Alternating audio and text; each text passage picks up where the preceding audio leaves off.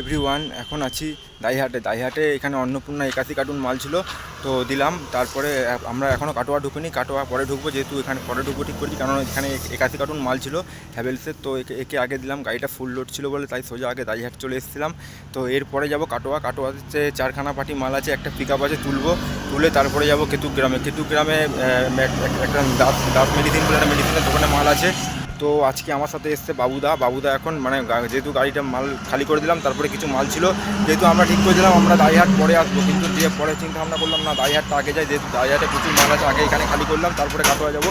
তো খালি করলাম, তো বাবুদা কিছু যে মালগুলো পেছনে ছিল সেগুলোকে সামনে করে নিল। তো আমরা এখনও পর্যন্ত খাওয়া দাওয়া করিনি, এবার এখানে খাওয়া দাওয়া করবো, যেহেতু এখানে ছাদে যাবো, ছাদে গিয়ে খাওয়া দাওয়া করবো, তারপরে আমরা কাটোয়ার দিকে রওনা দেবো।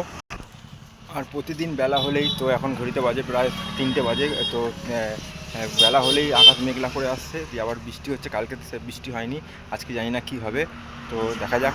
গরমটা তো সাংঘাতিক দিচ্ছে, তো বৃষ্টি হওয়ার চান্স আছে মনে হচ্ছে, দেখা যাক কী হয়। এবার বাবুদার হয়ে গেলেই আমরা দেখি খাওয়া দাওয়া করবো, খাওয়া দাওয়া করে তারপর ওইদিকে যাবো। আবার কাটোয়াতে আবার তো 4টে বাজলে নো এন্ট্রি হয়ে যাবে, তো এখন তার মধ্যে আমাদেরকে ঢুকতে হবে, মাল দিয়ে বেরোতে হবে, তারপরে কেতুগ্রাম দেবো। তো ভাতারে একটা পার্টির মাল ছিল, তো মালটা দিইনি, আসার সময় দোকান বন্ধ ছিল, তো আর ফোন করিনি, কারণ লেট হয়ে যাবে, যেহেতু কাটোয়া আছে, তাই জন্য ঠিক করলাম যে ফেরার পথেই ওইখানে তারপরে মালটা দেবো। 10টা পলিক্যাবের মাল আছে, আবার মা সবিতায় দাঁড়াতে হবে, বলবো না। ওখানে একটা পিক আপ আছে, মনে হয় ফোন পিক আপ দেবে, রিটার্ন করবে, দেখা যাক। চলুন বাই, টাটা, আবার পরে দেখা হবে অন্য কোনো কিছুতে। কেতুগ্রামে যাই, তারপরে ওখানে গিয়ে